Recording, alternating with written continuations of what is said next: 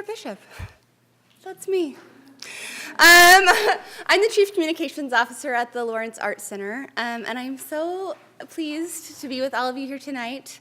And I am very honored to have been invited here by Kathy Porsche, who is my old boss, who I just adore, and to get to be up here with Bobby Rader and Jen Warburton, who have been just the loveliest ladies to work with and who have done all the heavy lifting here, giving you all the research and doing all the hard work. And I just get to come here and talk about myself.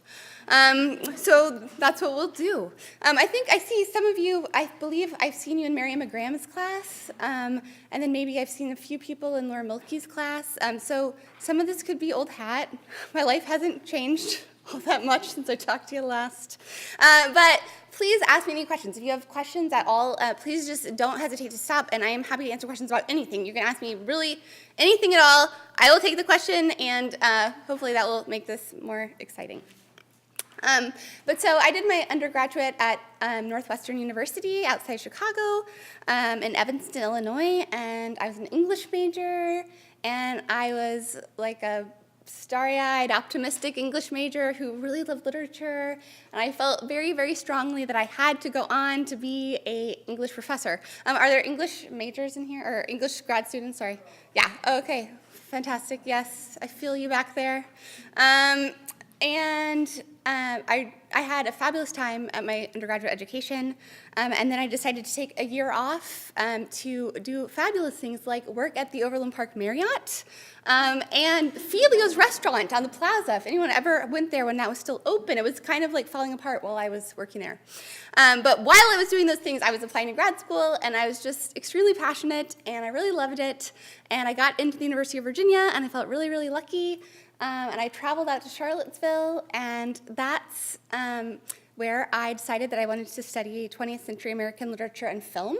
And so I was doing that, and I was very committed to the idea that I would be a professor one day. How many people here are like really, really committed to the idea of being a tenure track professor? Okay, not too many, considering the audience. How many people are really considering a job outside of academia? Oh, a lot, okay. And how many people are considering a job that's like part of academia, but like not a tenure track professor? Yes, very good, okay. Yes, okay, well, so, while I was doing my graduate education, I did a number of things. I think I should have done more looking back at it, but I tried to do a few other jobs just to really make a living, just to make enough money to like keep going. And so I was teaching. I taught for 8 years while I was in graduate school, and I was also a research assistant. I had the really wonderful opportunity to work on the Princeton Encyclopedia of Poetry and Poetics, and I certainly helped with a number of people's indexes for their books. A fabulous experience. If you haven't done it, try doing some indexing. I also was a copywriter, so I worked for a company called The College Company, which has nothing to do with the university, even though it's called The College Company. It's run by a woman named Colleen College, and I wrote copy for them, so advertising copy, which is a very different kind of writing, of course, than academic writing. And then I also did undergraduate advising during the summers to like make a living.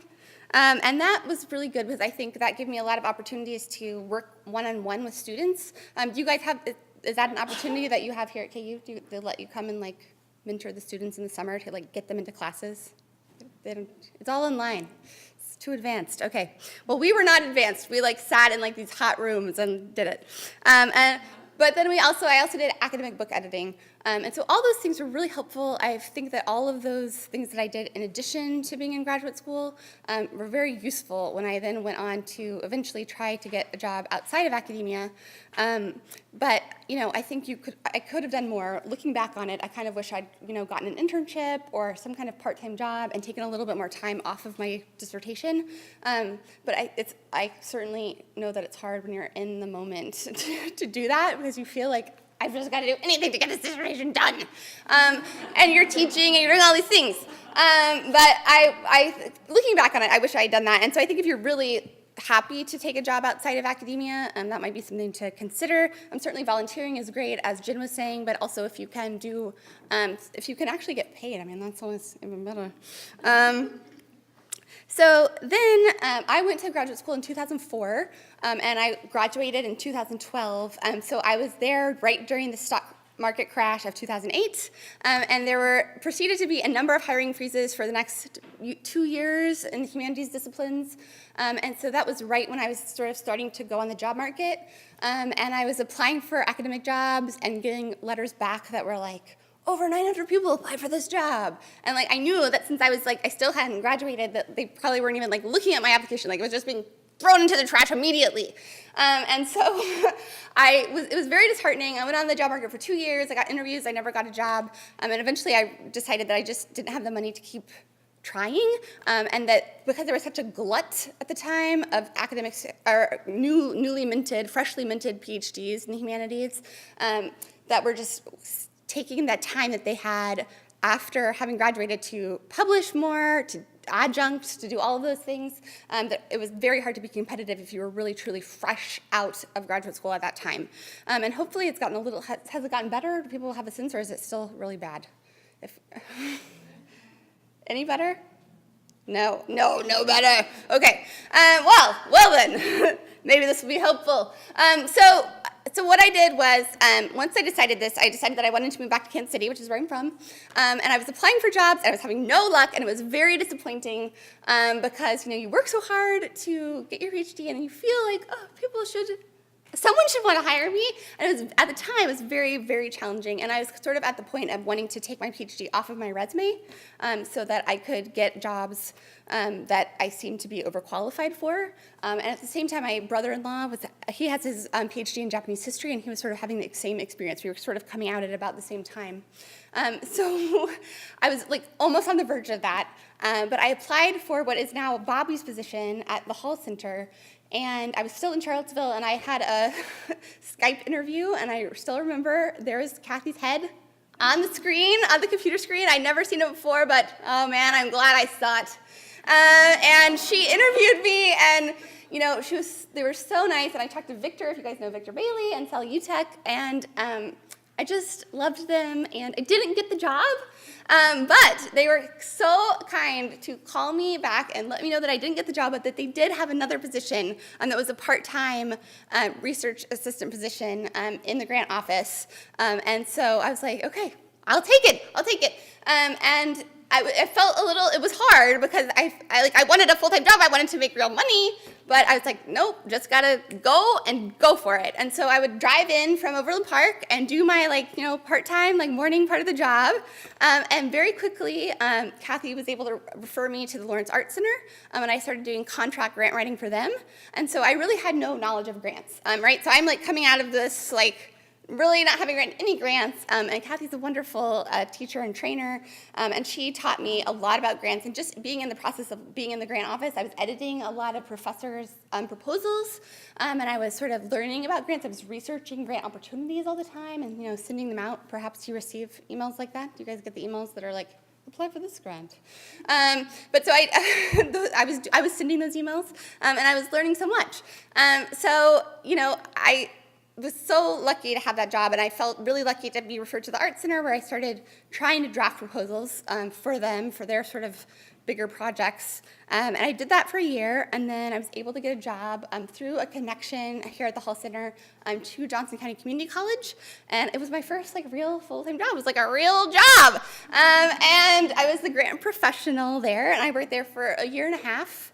And I wrote grants for all different kinds of areas across the college. So not just humanities, right, but health information technology and computer labs and the math department and all different kinds of grants. So that was a really great introduction to grants. I learned so much about all these different kinds of grants, which was really, exciting and really fun.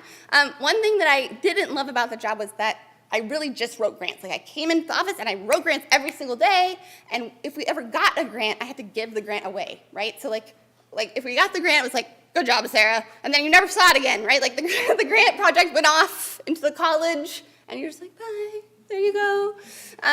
So that was hard. It was hard. I didn't love that. And at the same time, Susan Tate, who was then CEO of the Art Center, was calling me every month, being like, when are you coming back to the Art Center? We really want you back full time. Like, we finally have the money, we can do it. And so finally I gave in when we won the Art Place America Foundation grant, which was what I had been working on with them sort of on the side. And that was a $500,000 grant for East 9th Street. If you've heard about that project, it's been very controversial. But I did write that grant. We received it in 2014. And was that a question or just a, yes, East 9th Street. Good, somebody likes it. That's what I like to hear. But so yeah, so we wrote that grant, and that's what enabled me to come back to the Art Center and come on full time. And I started there as the director of grants and special projects. And then after about 2 years, I became the chief communications officer because our marketing director quit. And they were like, how about marketing, Sarah? And I was like, why not? I can read some books on marketing, sure. And so, you just kind of acquire these jobs and kind of move along. And so it's really been exciting, and my job has sort of continued to expand into the point where now I direct the Free State Festival, which we received a grant for. So has anyone been to the Free State Festival? Yes. Thank you. Some people who've been. So that was funded by the National Endowment for the Arts through a grant that I wrote, which is Our Town Grant, which is for creative placemaking. That's our multidisciplinary art, music, ideas, and film festival. And that is so fun to run, and that's really one of the benefits of the Art Center is that you get to write the grants, but then if you get them, you also kind of get to help with a project, right? So that's one of the really fun parts. And so then I'm also helping with the marketing now, and I'm also doing development. I'm also overseeing fundraising, so not just the grant writing, right, but actually letters to sponsors, letters to donors, visits to donors, helping with fundraising events, and all that. So it's been really exciting. So if you can't get a job in academia, it's okay. I really, really like my job, and I was the person who definitely felt like I absolutely had to be a professor of English literature. I felt like tears, that was the passion I had about the literature.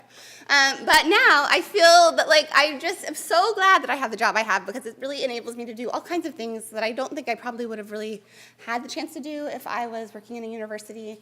So not just working with students, but really getting to organize projects, work with all kinds of different groups, do a lot of advocacy for things that are important to me, like the arts, which I still really love and still get to think a lot about. So that's been really great. I think one of the best things about grant writing, if you do kind of take that route out into the world outside of academe, is that it can lead to all different kinds of things. So if you get good at grant writing, you're probably also really good at project management, and that's a major part of that job. And so that enables you to start designing projects, overseeing projects, things like the Free State Festival. You also get really good at project evaluation, which is something maybe we haven't talked about that much, but increasingly that's a big part of grant writing. I think a lot of the funding agencies now are just more and more interested in making sure that you know how to develop an evaluation plan, and you know how to evaluate the projects that you are requesting funding for. So that's if you know how to create a survey, if you know how to conduct an interview, if you know how to keep really great records of attendance. I mean, these are all things that are really helpful for doing project evaluation. Fundraising, of course, comes out of grant writing. You learn a lot of the speak that you have with grant writing. It's translatable to fundraising. The letters that you write to sponsors are really very similar to the letters in many ways that you can sometimes be writing to foundations. Creating budgets, that's something that you do often for fundraising, but also for grant writing. So those skills translate really well. And then communications, I do a lot with public relations and public affairs. I spend a good amount of time in the evenings at City Commission. Have you guys been to City Commission? How many of you have been down to City Hall and gone to a City Commission meeting?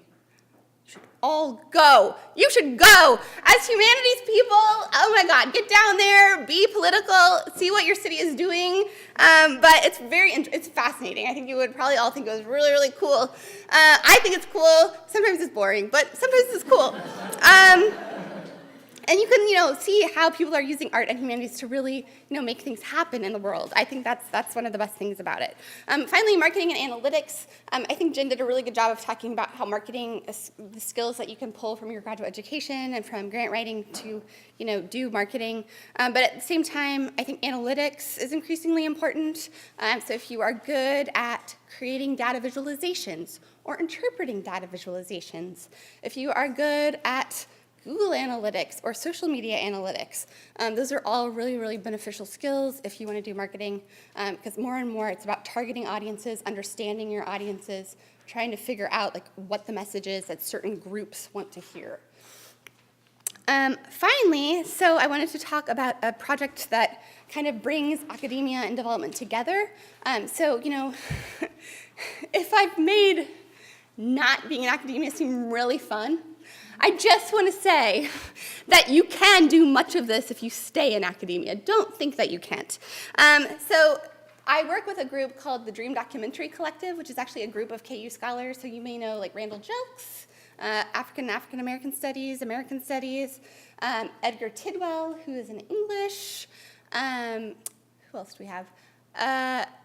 Darren Kennedy, who's in English. Madison Lacey, who's in film and media. These are all this collective of filmmakers or researchers of Langston Hughes who want to make a film about Langston Hughes. And they came to the Art Center to see if we would be their fiscal sponsor and help them write the grant to the National Endowment for the Humanities to plan the film. So we were really lucky to get a $50,000 grant from the National Endowment for the Humanities. And we have been working on a trailer for the film, and I wanted to show this to you because I think it shows not only that academics use a lot of the skills that we've been talking about today, a lot of these development skills, but also that if you do development, you can still work on projects that academics are working on, right? So I still get to be a part of this film project, even though I'm not a tenured professor, I'm not at the university, but I still feel really engaged. And so I'm really proud of this.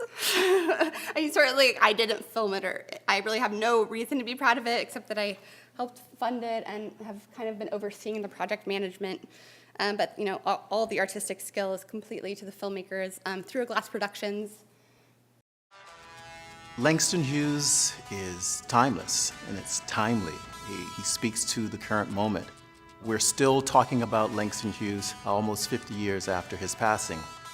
To me, Langston Hughes is one of the central poets and writers of the American experience. He is bound to be able to speak through his art to any one of the major questions affecting American culture today. When the clamor over Black Lives Matter emerged, a number of Hughes's words came forward, and in particular, a poem that went viral. This is for the kids who died, black and white. For kids will die certainly. The old and the rich will live on a while, as always, eating blood and gold, letting kids die. He was admired for his courage to say things that others were unable or unwilling to say at the time. Kids will die in the swamps of Mississippi, organizing sharecroppers. Kids will die in the streets of Chicago, organizing workers. He cuts to the quick of abandonment and sense of worthiness, as well as any writer I know. Whites and Filipinos, Negroes and Mexicans, all kinds of kids will die. Who don't believe in lies and bribes and contentment and a lousy peace. He was an only child who had been abandoned many times, but he survived and he thrived. And the sleazy courts and the bribe-preaching police and the blood-loving generals and the money-loving preachers will all raise their hands against the kids who died. When we stop and think about politicians who have begun to use some of his very words in their campaign rhetoric. For the kids who died are like iron in the blood of the people. And the old and the rich don't want the people to get wise to their own power. Langston Hughes is a poet laureate of the world. He's been translated in language after language, and he represents ordinary people all over the world. Their struggles, their sorrows, their joys. Listen, kids who died, maybe now there will be no monument for you except in our hearts. But the day will come when the marching feet of the masses will raise for you a living monument of love and joy and laughter. Black hands and white hands clasped as one. And a song that reaches the sky, the song of the life triumphant through the kids who die.